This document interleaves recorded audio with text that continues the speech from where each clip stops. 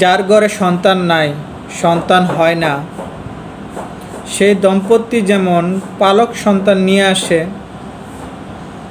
পালক সন্তান এনে নিজের সন্তান বানায়, ঠিক তেমনি আমলিকের সরকার বা নিজস্ব কোনো নেতা নাই, যে কারণে ওই ক্রিকেটার অভিনেতা এমুক সেমুক ধৈরাই না আমলিকের নেতা বানায়, এমপি বানায়, যাদের হৃদয়ে দেশপ্রেম বলতে কোনো কিছু নাই, যারা যে স্থানের জন্য যোগ্য না সে স্থানে নিয়ে তাকে বসায়, যে কারণে আজকে দেশটা মেধা শূন্য।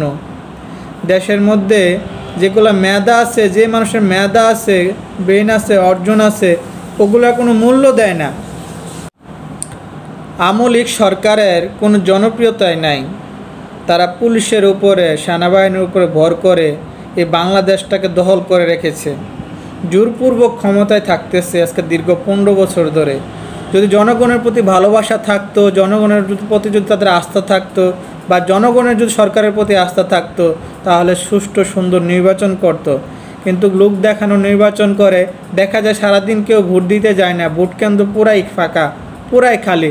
তারপরে সন্ধ্যাবেলা ওরা অনেক ভোট পেয়ে বিজয়ী হয় এবং সরকার গঠন করে, আবারও জনগণের গলা চিপে ধরে।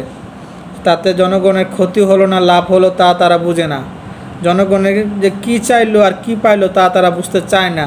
তারা চায় শুধু নিজেদের ক্ষমতা।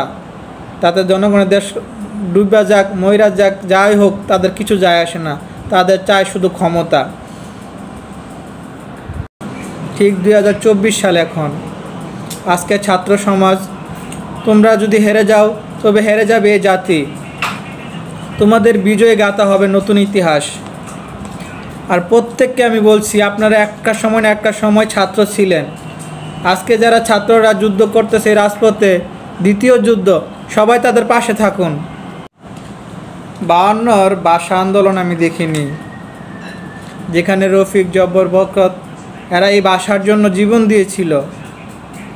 যদি একবার ছাত্ররা আন্দোলন করে তাহলে তার জীবন দিতে প্রস্তুত আছে, কিন্তু বিজয় ছিনিয়ে আনবেই।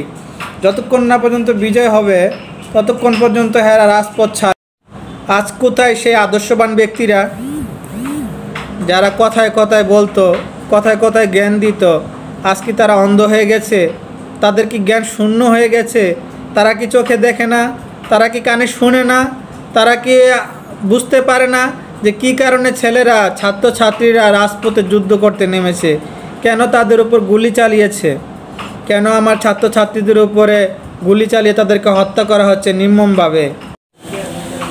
একটা দেশের ভবিষ্যৎ হলো তাদের ছাত্রছাত্রীরা, আর সেই কোমলমতি ছাত্রছাত্রীদের উপরে যদি কেউ গুলি চালায় তো আর যাই হোক, সে মানুষ হতে পারে না। তাই আমরা এই সরকারের পতন না দেখে ইনশাল্লাহ ছাড়ব না। আমাদের এই কোমলমতি ছাত্রছাত্রীদের বুকে যারা গুলি চালাতে পারে তাদেরকে আমরা মানুষ মনে করি না। ইনশাল্লাহ 52-এর ভাষা আন্দোলনেও ছাত্রছাত্রীরা জয় হয়েছে, 2024 ছাত্রের অধিকার আন্দোলনের ইনশাল্লাহ জয় হবে, এই সরকারের পতন হবে। তোমাদের রক্ত বৃথা যেতে দেব না, রাজপথে আছি, বিজয় ছাড়া ফিরব না। ইনশাল্লাহ বিজয় ছিনিয়ে আনবই।